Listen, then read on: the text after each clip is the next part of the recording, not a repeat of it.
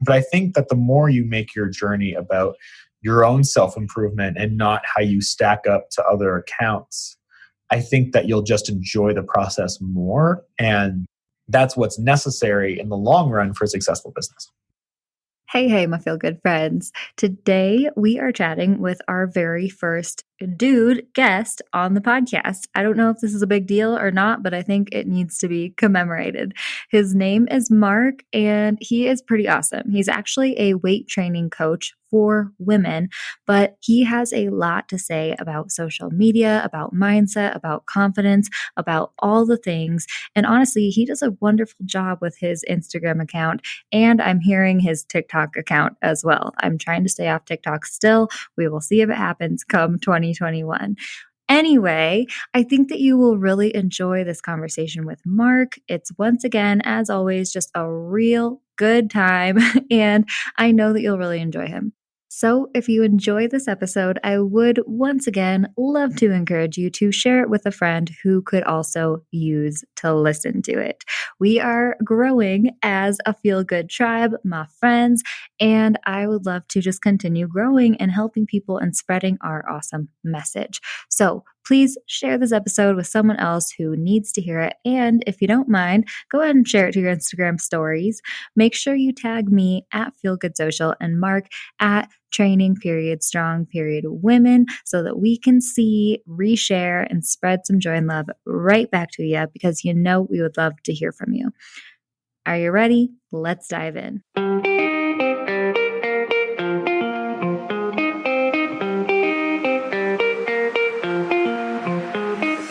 Hey, friend, and welcome to the Feel Good Social Podcast. I'm your host, Kinsey, and I'm here to help you market your business in a genuine way that works without wasting your precious time. On this show, we chat about social media strategy and mindset tips with a focus on, you guessed it, feeling good. So sit back, relax, and enjoy some genuine conversation for the good of your biz. Does social media stress you out? If you answered with a little laugh and a yep, you are not alone, my friend. I know how confusing and time-consuming and just plain overwhelming marketing your business on social media can be. So I've created a 5-step action plan that guides you through the best steps you can take to see success on social media without the overwhelm. With our free roadmap to stress-free social media, you'll learn how to quickly and easily create strategic content and prioritize what matters, so you'll know you're doing it right without wasting your time. If you'd like to download this free guide, head to feelgoodsocial.com/stress-free-social. Simply head to feelgoodsocial.com/stress-free-social, and you will be on your way to social media success without the stress. All right, let's get into the episode. Hi, Mark. Thank you so much for joining us. I'm so excited to have you on the show. And oh, by the way, you were my first dude on my story time, so Feel Good Social, and you're my first dude podcast guest too. So you have claimed both of those firsts, just to let you know. Wow, we're just breaking barriers today. This is exciting. Yes, you are a very Thanks for having important me. person. Really Okay, so I did already introduce you a little bit in the intro, but I'd love to hear from you. Who are you? What do you do? And who do you serve? Yeah, so my name is Mark. I'm an online personal trainer. I've been doing that for a little over 2 years now. And I really focus on strength training for women. I'm really big on training that isn't focused on the weight on the scale or for aesthetics, kind of trying to move away from that more traditional model and really focus on training that has nothing to do with what you look like, but just to make it more focused on what you can accomplish as opposed to what you're supposed to look like. And that's really the focus of the training that I have decided to do these past couple of years. Yes. And I have loved just chatting with you about all things, not only, social media, which we'll totally get into, but also just your approach to exercise and weight and all that stuff, because it's something I can totally align with. How did you kind of get started with all of that and exercise and whatnot? Yeah, absolutely. So it did not start there. I originally started more as a trainer focused on aesthetics, more focused on weight loss. That is the original route. And the more that I did that, the more I started to realize is that it's not a great long-term plan, and we can kind of go into details as to why, is that it's at a very emotional journey with not a lot of guaranteed results. The more that I've like looked into it, the more that I think that like sustainable weight loss may not be a thing that we can guarantee or say that's like real for sure, at least for not for every individual. And so I wanted to, I still wanted to help my clients and the people that I'm helping. And so I shifted the focus because I'm like, okay, I can't really guarantee that you'll lose weight and keep it off forever. That's really not in my, ability, nor do I think it's in like anybody's ability. But I can definitely make you stronger, teach you the skills to be stronger, teach you proper form, teach you the value of training beyond just what you're supposed to look like. Those are things that I felt very confident in doing. And so over time, I went from kind of the more like weight loss aesthetics model to like slowly transitioning to where I am now, which is like, I don't really care what you weigh at this point. Like, I just want you to be strong and confident. And that is like a multi-year journey. And I think like that's important to like, I didn't start there. I started training at 18 with the focus of, I want to look good so I can, get a girlfriend was like kind of the focus, the original, like back in the day focus. And this is kind of like where I've ended up now with a more like what would be considered weight neutral coaching. Yeah, I know. Such an interesting journey and transformation. That's how I feel like a lot of people come into their businesses, even just like starting out as one thing and then realizing, oh, okay, I need to evolve. I need to develop this. And I love that you kind of bring your values of like these bigger values, like this bigger purpose into your business, more so than just losing weight, getting the girlfriend. It's more so about like the inner and outer confidence, I think, for sure. Yeah, I think that's huge. I think when we talk about confidence by its nature, it really does not come from external validation or at least not long term, or it comes from what you look like, being a certain size. Like those are like there's some temporary satisfaction and confidence to that as well. But when we talk about confidence that builds long term, like it has to come from within. I think like that's the way. I think the more that we rely on external validation or satisfaction and like people telling you that you look good or like, oh my God, did you lose weight? That's like, I think people owning your confidence is a very scary place. And I think we have to move away from that. When I talk to people about improving their confidence, what I really want them is that they're unaffected by the opinions of others. Like if someone thinks you're awesome, that doesn't affect your confidence. If someone thinks you suck, that also doesn't affect your confidence. Like you just control the level that it's at. It's not dictated necessarily by like the amount of followers you have or what you look like or anything along those lines. Yeah, totally. And I think that that's why I absolutely love geeking out with you about this, because not only does it apply to like your physical work and like exercising and whatnot, but I also think that like all of this confidence chit chat that we have can be applied to social media. And also you do a great job with social media. So we'll get into that in a little bit, but I would love to hear just some of your best tips, I guess, for how you work with your clients and kind of boosting that confidence. Do you have any like actionable tips to really help us like start that journey? Yeah, I'll do my best to make it actionable, but what I will say is that per client, it does depend on like what their goals are. And like, I think the first actionable step is like what actually matters to them. Mm-hmm. I think you can look at a person and like, when I work on a person, I make women stronger, but like what that is to an individual woman is very different. For some women, that's deadlifting a lot of weight. For some women, that's being able to do a pull-up or push-ups for the first time, being able to lift up their kids.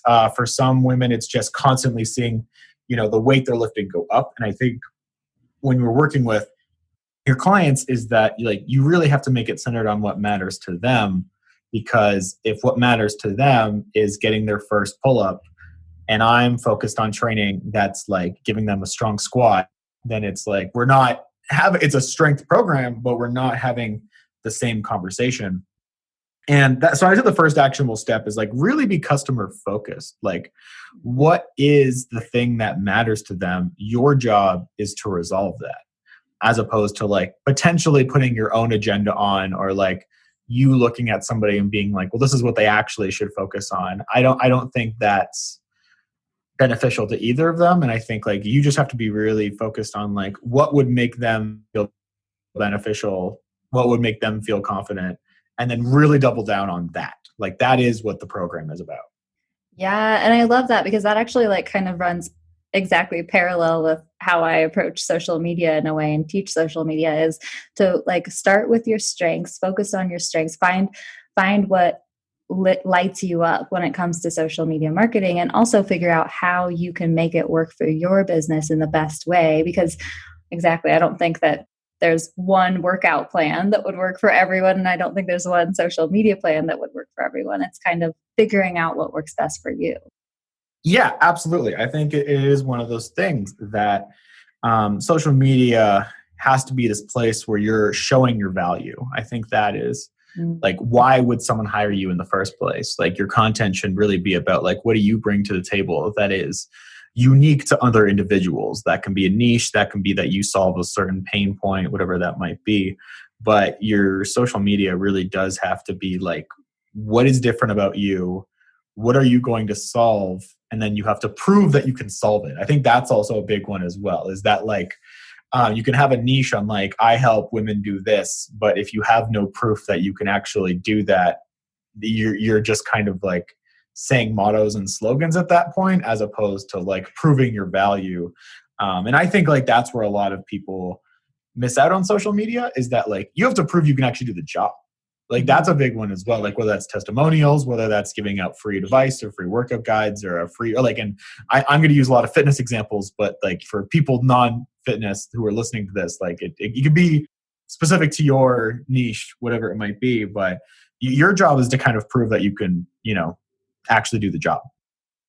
Yes, yeah, completely. Okay, this is a wonderful transition into social media. And I just have to start this out by saying, you guys, Mark does an awesome job with his social media. I think you've seen a lot of growth, honestly, like from what I know about your journey with social media fairly quickly. And it's genuine growth. And also, I just love the content you put out there and you have so much fun with it. So I'm a little curious.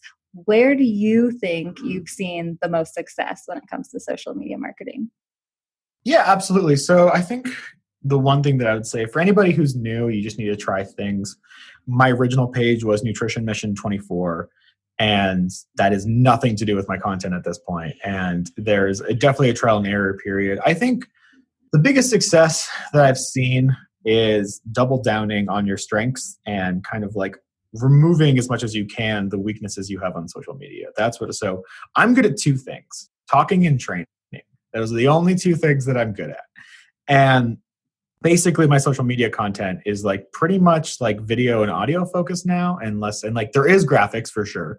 And those are beneficial, but I would say when people actually hire me, a lot of it comes from the chats that I do online. A lot of it comes from hearing me, having the conversations and like building a real rapport. I think that's a big part of it as well, is that like as a man who only works with women, part of my job is to eliminate the creepy guy online factor. Like that's something that like I avidly need to like work towards. And I think putting myself on video and audio has really helped eliminate that. So I think that's been a big challenge. But I would say like if there's a certain style of social media that you're better at, I would double down on that because, of the people that I've been, the people who have taught me, what they have taught me is, what works, continue doing that, double down on that. What doesn't work, like just get rid of it. Like it's not, and I think this is the conversation. I did this a lot too. And like finding out what's good for you might be a trial and error process as well. But when I hear other coaches online, they're doing like 60 hours a week, like things like, and they're not getting clients. And I think if you're working 60 hours a week, you really need to have the conversation on like, well, what does work? And then double down on that. And like, what are you doing that's a lot of work that isn't really getting you the results that you're looking for? And that's like a real, because in the social media space, you don't need to be good at literally everything. You need to be good at like certain things and just kind of like double down on those. And I think that goes a long way. I think like that's something that needs to be talked about more, is that you need to just really double down on what your strengths are. And then if there is something that isn't working, like either get rid of it as much as possible or just get rid of it altogether.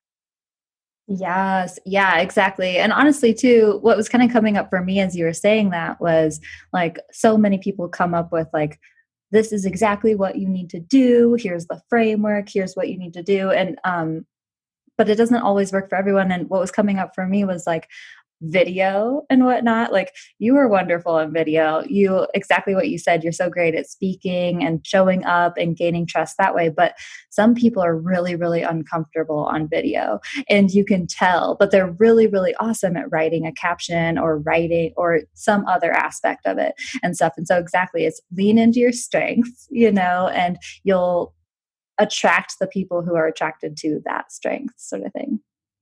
Yeah, I think that's really important. I think that like I've just chosen video and audio because that's what works best for me.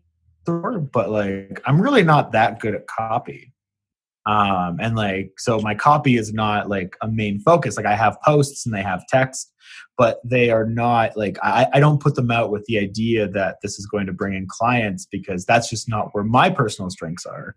And if you are someone who's good at copy, there are people who do mostly copy and it works out really, really well for them. And that's just because they're just much better at copy than I am.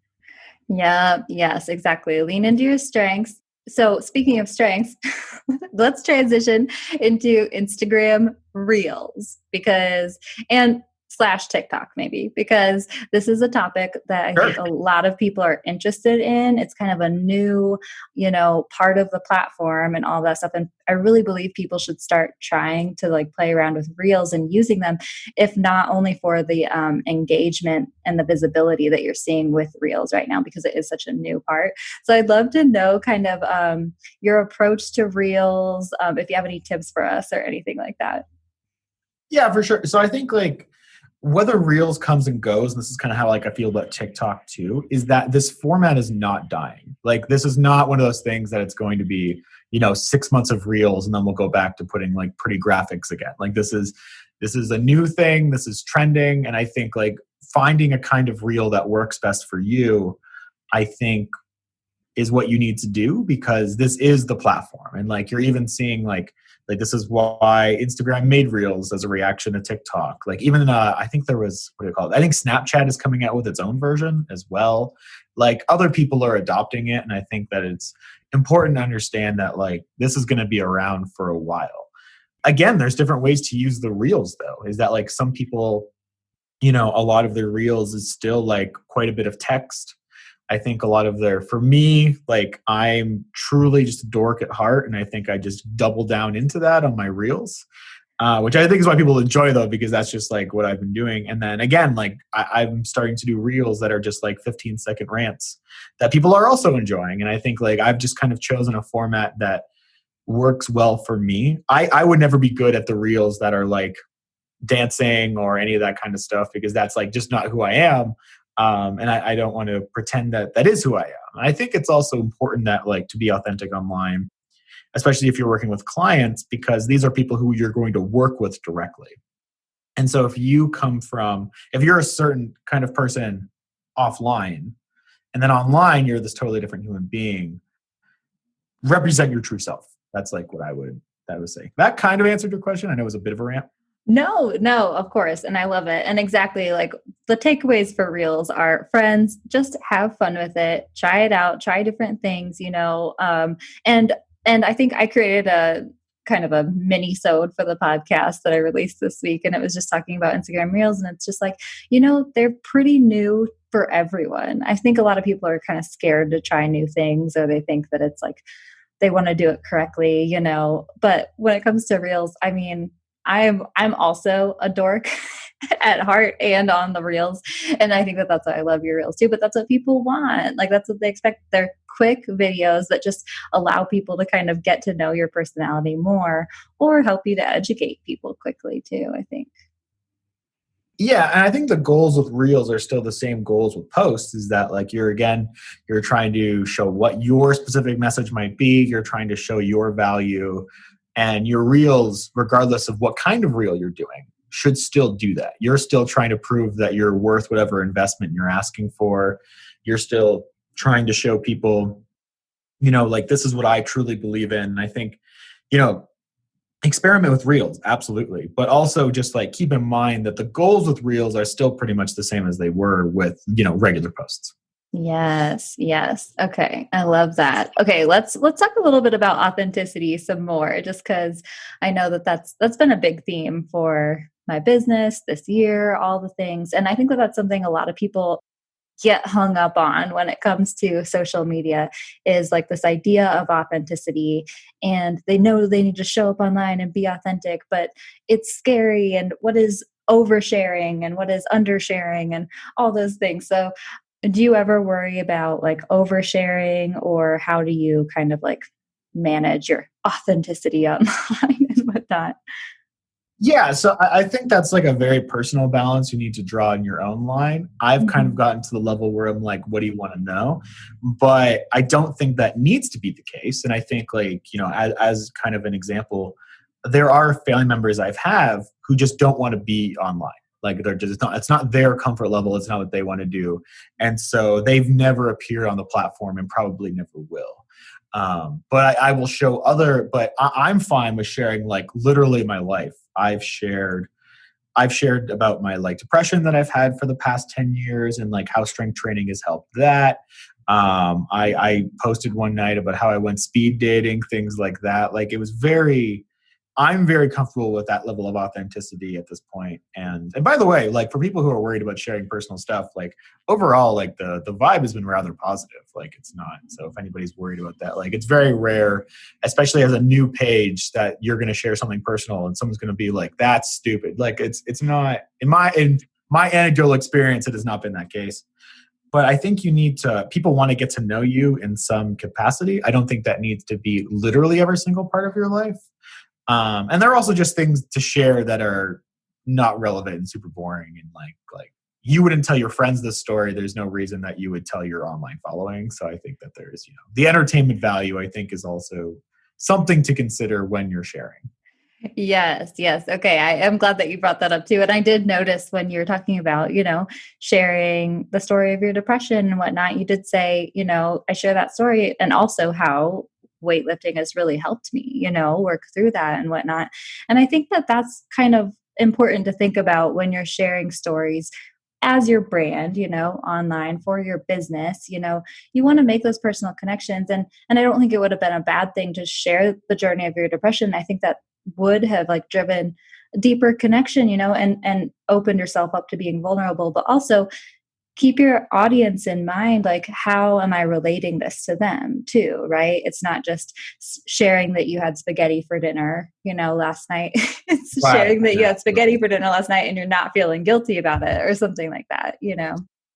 Yeah, or something along those lines. Or like even to, go back to like my mental health issues, is I think it would not have been beneficial for me to just go on my page and been like, here's like my 10-year struggle with like no solution or just complaining about it. I Hmm. think would not have been like if you're gonna share that story, I think you still have to keep the audience in mind. And just complaining about your own personal problems, I don't think like anyone wants to hear that, let alone like an audience who are not your friends. So if I do mention my mental health, I do try to talk about it in a way that's like, but here's what helped, here's what like has helped through the process, here is like what I've done, because I'm still being authentic, but also in a way that is still helpful to my audience. If I'm having a particularly bad day, is like not necessarily helpful to the audience, nor do I think it like builds a rapport. And I feel like too, I love that you just said that. And I feel like when it comes to sharing vulnerable things online, it's better to kind of be a little detached from the thing that you're going through, if possible. You know what I mean? Like, depending on how long it takes you to kind of detach yourself from the situation, you want to kind of not be like in the middle of a panic attack, freaking out and like going on Instagram and like sharing, like, while that's happening, it's kind of like, depending on how long it would take, someone to get through it a little bit, even detach just slightly, go on later in the day and say, this morning I was really struggling. And I think that too, just always having a takeaway of some sort for the audience is important when you're sharing. So like, even if you're sharing a personal story and you're just like, I'm sharing this because I know that I can't be the only one feeling this way, or I'm sharing this because it makes me feel like brave and I'm not hiding anymore. Or there needs to be some sort of because. I don't know. Do you feel that way? Yeah, I think a takeaway is super important. I think like, why are you sharing this story is super valuable. What is the point behind it? I think if you're, it's good to share parts of your life, but like, what parts are important, I think is also like why does this person value from the story? At the end of the day, someone is following you for a reason, right? And I think like if they're not just following you for any random, like they just happen to follow you, like there's a reason and focus behind it, and your kind of job is to cater to that reason or focus. And I think if you are going to share an authentic story, like it should have some kind of point to it, like other than just like, oh, today was a really bad day, now buy my coaching is really like not a good message. I think for like, it just doesn't work. And I would say that like, yeah, just like make sure your story has a reason. Like Yeah. I think you're spot on. Yes. Oh, I love this. And I like geek out about this stuff. It's so interesting to me. Okay, so let's talk about another little mindset struggle that people have on social media that I know you deal with a lot with your clients is the comparisonitis. So how do you kind of approach comparisonitis on social media? I know it's something that a lot of us deal with, even if we don't want to, even if we don't want to admit it. And I love your approach to it. Yeah, and I think this is actually really valuable both as running a business as well as just the average person. Is I think that like we can all see each other's follower count, we can all see who's following, who's not, and I think there's a couple of things on the business end that I think are really noteworthy. The first one is that like you don't necessarily need a large following to like run a successful business online. I think it's one of those things that's like it's an advantage for sure, but is it mandatory? No. And like there are people who have less followers than me making more money than me. There are people who have 10 times my following who make no money. And I think that's important to understand is that like a large follower count does not necessarily mean that that person is like rolling in money. So I think that would be like the first understanding. But I think it is also, is come back to the external validation thing is that like if you ride or die by the follower count, it's going to be a bad time. People are going to unfollow and follow. People are going to come into this, and you can't have that dictate your own confidence Yeah. because at that point, your followers own you. Like if you're looking for every like, every follow, every comment, and like how much your engagement actually dictates how you feel about yourself, that's a very dangerous place to be. And on top of that, that leads to a lot of burnout. And I think as a person running a business online, you really have to do everything you can to avoid burnout because you don't necessarily have the equivalent option of being somebody who, like maybe Instagram became toxic for them, so they just deleted the app. For you, that has a much larger consequence. And so you have to like really work on your relationship with your social media, and that includes like not comparing yourself to others or as much as possible. I think by our nature we tend to compare like almost as like an evolutionary trait, so I'm not going to pretend like it doesn't exist or I never do it or anything along those lines, but I think that the more you make your journey about your own self-improvement and not how you stack up to other accounts, I think that you'll just enjoy the process more, and that's what's necessary in the long run for a successful business. Yes, yes. I love it. I love it so much because it's so true. And I think you're right. I think it's a practice. I think when I came on your podcast, I was talking about how I, had an eating disorder in high school. And I've kind of trained myself to not look at the number on the scale. Like if I ever have to weigh myself, I don't weigh myself a lot, but like I don't look at the number because I know the value that I'll put in that number and I can't not. So I've trained myself not to. But I kind of apply that to Instagram as well in a way where I just don't look at the follower count because I know in my heart it doesn't matter. And I know that for some reason there's this trigger that number kind of springs up in me still. But also another fun thing I've just done recently is turn off my notification for likes, or yeah, my notifications for Yeah. likes. So people are liking my photos. I'm not getting notifications. I'm only getting notifications if I have a comment or whatever, because I want to see that and respond. And at first it was funny because I like knew this was happening, and I was kind of having this weird reaction where like, what, people aren't liking my post, because I wasn't getting those notifications, and I was like, oh my gosh, what is going on? And then I kind of realized, oh no, I turned off the notifications. I would look and see some likes, and get that validation. But through 2 weeks of doing this now, I've like kind of, with the practice of not getting those notifications and stuff, it's becoming less and less of a big deal for me, I think. Is that making sense what I'm saying?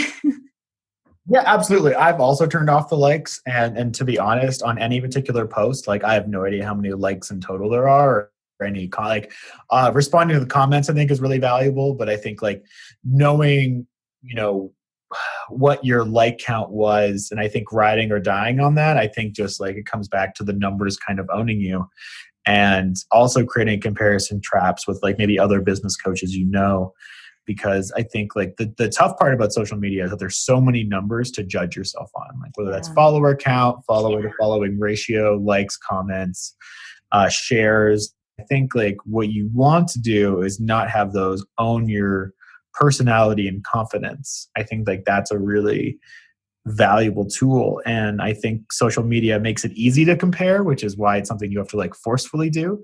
But at the end of the day, like you don't want to develop, mental health issues because of your relationship with social media, especially because like if you're running a business online, there's going to be a certain amount of time you have to devote to it. And that means your relationship with social media has to be like pretty solid, like something you have to actively work on. And I think I also want to mention as well that I think like having a life outside of social media, I think is really valuable. This is kind of putting all your eggs in one basket, I think is, and I made this mistake a lot, I would say in 2019, where like I really did like live on the social media numbers, and it ends up being unhealthy. You end up just like regretting the work that you've done. And I think building a life outside of social media, building a hobby not related to social media or even maybe to your phone, I think is really, really valuable, just given how much time we already spend on these apps. Yeah, yeah. And it kind of reminds me of how you train, like with your women that you train, like build their confidence as well. It's like, well, you know what? I just lifted 200 pounds. Or I don't really know what a good number for lifting is, but, like feeling good about something that's not on the platform, something that you do that's like a part of you and you can feel confident about. And it's not based on dumb analytics, Yeah, absolutely. I think like the analytics games, and I think like it's also valuable if you're going to run a business, like what metrics actually matter, I think is really, really valuable. I'm not going to like throw anyone under the bus, but like I do know some people who like their main focus was building a huge following. And they've succeeded in that, but like don't have clients. And like that to me was like, it was a metric that they put so much focus on that ended up not mattering. And then they're like, I have 40, 50, 60,000 followers and like I have 4 clients. Like, what is this? Like, I thought I was going to get here and it would just be so easy because of the pool of people that I'm taking from. And I think and this is probably like where your expertise probably comes in better, is like, what are the metrics that actually matter that you need to care about for your business? Like, I think that's really like, what I was always taught was like, one of the most common metrics is how often are you getting clients? Like, is it once a week? Is it once every 2 weeks? Is it once a month? Like, it's kind of like if your follower count doesn't increase, but you're getting 1 to 2 new clients every week, like, does it matter? Right. Like that I think is like, I think that's a really important distinction to make when you're on these platforms. Yes. Remember, my friends. I'm actually laughing too because the episode that is releasing 2 weeks before your episode is coming out is we get into a deep dive chat about how I actually teach my students to delete followers, to delete trolls and non-ideal followers, because they're taking away from those people who you do want to reach and build a relationship with. But also, exactly, it's like, remember what you are on the platform for. Are you on the platform to get your ego boost, right? Or are Yeah. you on the platform to make your business more successful? Like, it just comes down to that, exactly what you said. If you're gaining more clients, then you're doing it right. And who the heck cares how big your following is? Actually, like, I encourage a smaller following over a big following most times with my students. Yeah, I think it's like, why are you there in the first place? And I think this is something that we like forget a lot. And I think it's one of those things that's like, and also like, there are real cons to having a large Instagram following or a large any following, like TikTok, Twitter, whatever it might be, is that like there are like, the larger you are, the easier you are to get hated on, things like that. Like it's a larger group does mean that it's harder to cater to everybody, as an example. Like it's not as, and like I'm just for some context, I'm at about like 3,200-ish followers on Instagram. That's my biggest platform. I really like that size. I think it's good, but I have some friends who are at like 60, 70, 80,000. And the one thing they tell me is that like, one, it's hard to make content for all those people. It's really hard to like stay in your niche when your audience size is that large.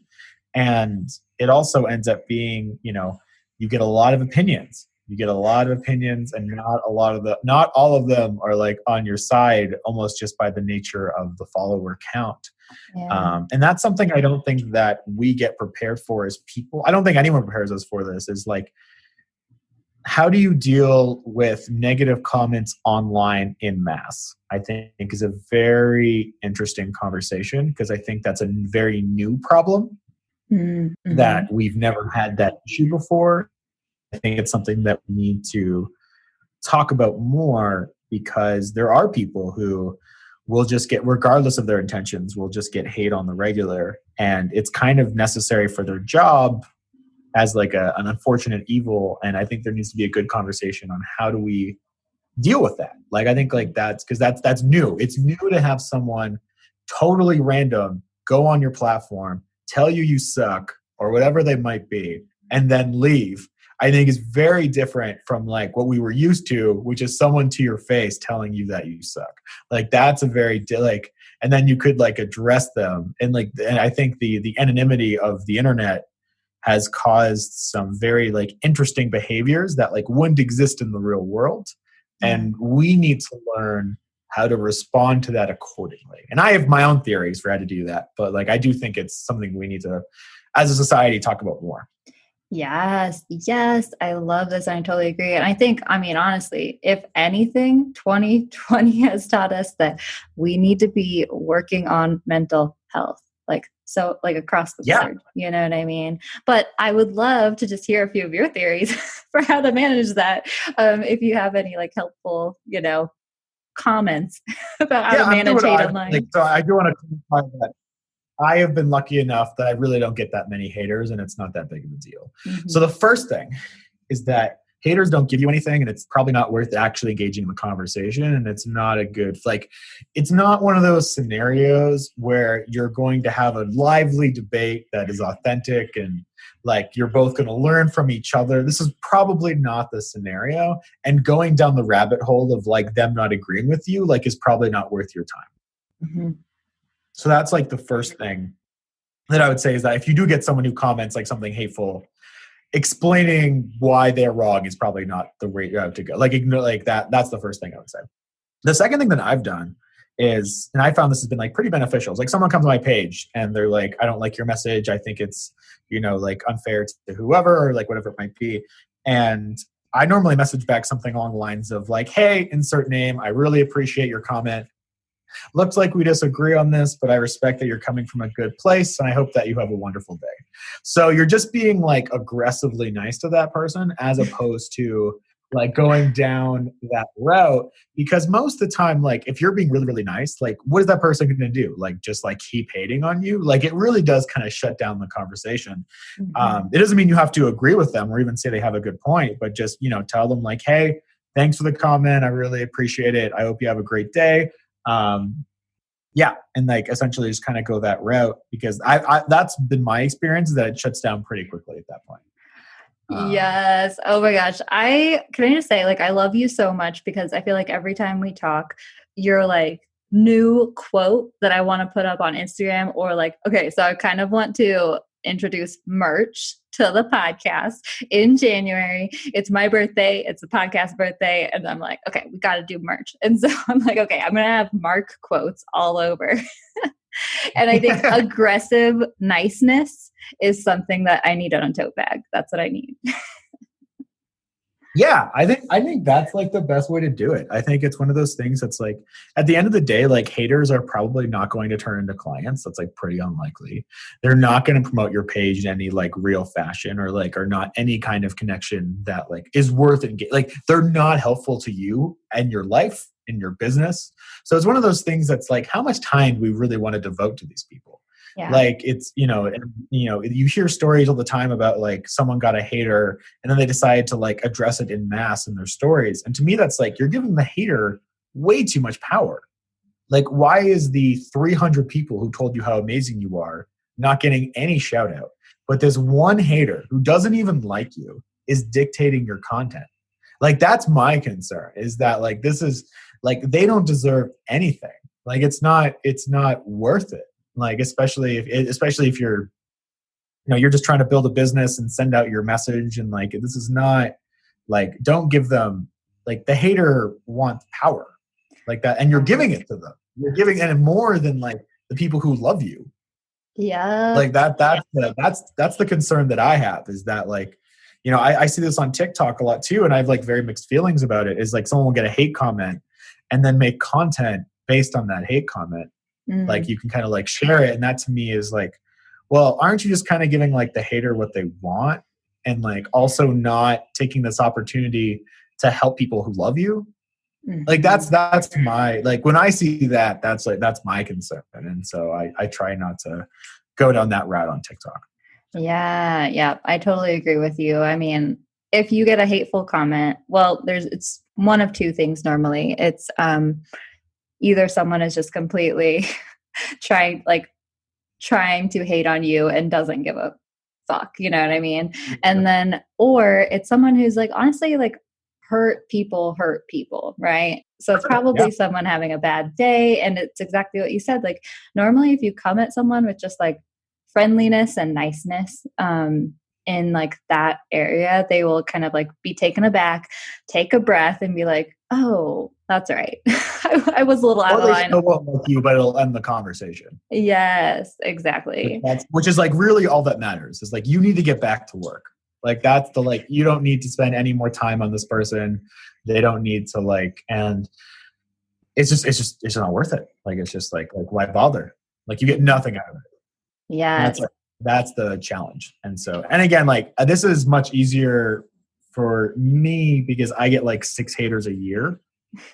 So I would be very interested, like if you ever have somebody on here who does have a massive following, I would be interested on like what they, because this has worked for me, but this is not like, I haven't tested this on scale. Right. Do you know what I mean? Like I get 6 a year. Like what about somebody who gets 6 a week?